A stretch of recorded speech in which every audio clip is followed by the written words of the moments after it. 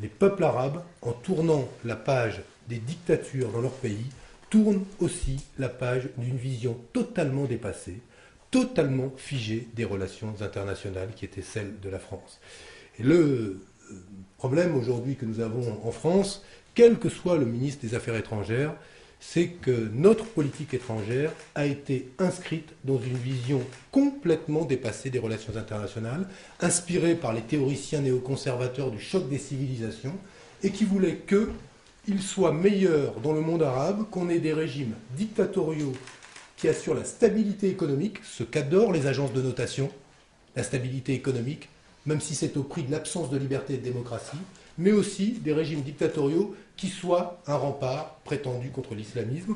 On s'est rendu compte que non seulement ces régimes dictatoriaux ne produisaient pas de croissance en raison de la corruption, mais que derrière, ils instrumentalisaient eux-mêmes le nationalisme arabe, y compris passer des accords avec les islamistes, et qu'au bout du compte, tout cela s'est traduit par des révolutions qui sont des révolutions totalement positives et qui, au lieu d'inquiéter le président de la République, devraient nous rassurer et considérer que, en tout cas redire, que la démocratie n'est pas une valeur occidentale, c'est une valeur universelle. Alors il n'aura pas fallu 3 minutes hier au président de la République pour qu'il nous dise une nouvelle fois que le loup nous guette, qu'il est là, qu'il a pour nom le terrorisme, l'islamisme, l'immigration, et que quand le loup nous guette, il y a un berger qui nous protège, et que ce berger s'appelle une nouvelle fois Nicolas Sarkozy, qu'il nous protégera du loup. La réalité, c'est qu'à chaque fois que le président de la République use de cette méthode qui consiste à faire peur aux Français, on se demande d'ailleurs pour qui roule-t-il, à chaque fois le résultat est le même, c'est Marine Le Pen qui prospère, c'est le Front National qui prospère, et à cette stratégie qui est une stratégie de la peur, elle aura exactement les mêmes conséquences qu'elle a eues jusqu'ici, c'est Marine Le Pen qui en tirera les dividendes politiques et les dividendes électoraux. Souvenons-nous quand même que Nicolas Sarkozy aura été le dernier bushiste en Europe, là où Obama avait déjà conquis les cœurs et les voix aux États-Unis, et qu'il aura été aussi, dans l'affaire des révolutions arabes, le dernier bénaliste de l'Europe. Je crois que ce qui fait la cohérence de ce remaniement, c'est la volonté de faire de la question de l'islam et de l'immigration le cœur de la campagne présidentielle de Nicolas Sarkozy. Son choix politique aujourd'hui est de faire campagne sur l'islam et l'immigration. C'est-à-dire d'exploiter, d'instrumentaliser des inquiétudes qui existent dans la société française.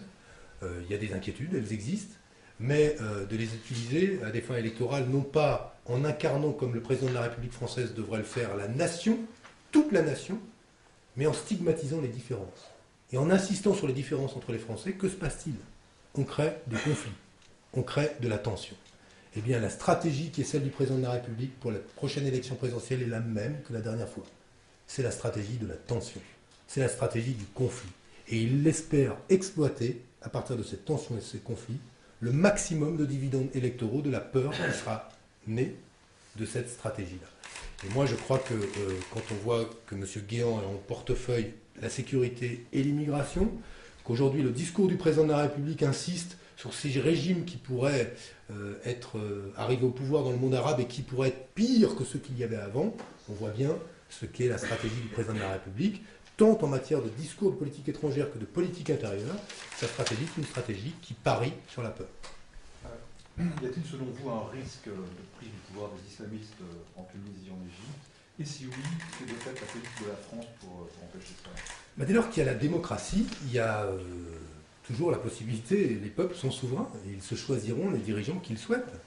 Mais en même temps, on parie comme si l'opinion publique arabe, ou les électeurs arabes, voudraient confier leur destin à des hommes et des femmes qui remettraient en cause directement ou immédiatement les libertés si chèrement conquises. Nous croyons que celles et ceux qui, au prix de leur vie, ont été conquérir la liberté d'expression, la liberté d'opinion, ne confieront pas, au terme de ces élections, leur sort à des majorités qui sont des majorités qui les priveront immédiatement de ces libertés-là. Et nous pensons aussi qu'il faudra regarder ce qui se passe dans le monde arabe en évitant la diabolisation. Il existe des voies, alors ce n'est pas le parti pour lequel je voterais si j'étais turc, mais il existe aujourd'hui un islam politique ou des mouvements qui se réclament de l'islam et qui sont des mouvements politiques et qui ont dirigent des pays, des grands pays comme la Turquie, sans pour autant qu'ils menacent les libertés fondamentales, sans pour autant qu'ils remettent en cause le pacte qui est celui de la société turque. Alors, je vous le dis, je serais dans l'opposition à ce gouvernement-là si j'étais turc.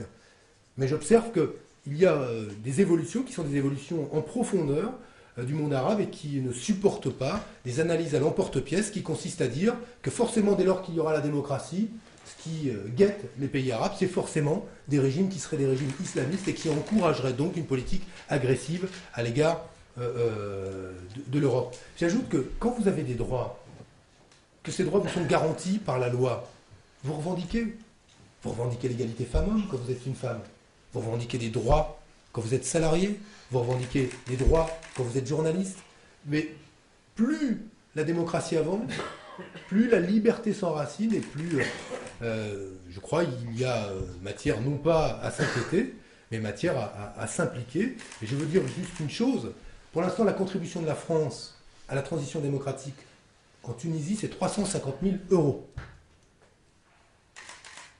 La contribution de l'Italie, c'est 5 millions d'euros tout de suite et 100 millions annoncés pour mars à la conférence de Carthage. La contribution de l'Union européenne, c'est 17 millions d'euros et 256 millions d'euros annoncés.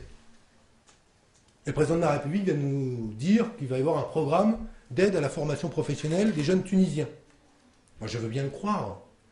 J'observe que le ministre Xavier Bertrand peine à trouver des crédits pour assurer la formation professionnelle des jeunes Français, mais on va trouver de l'argent pour aider à la formation professionnelle des jeunes Tunisiens. Peut-être, si c'est le cas, très bien. Sauf qu'aujourd'hui, il n'y a que 350 000 € sur la table.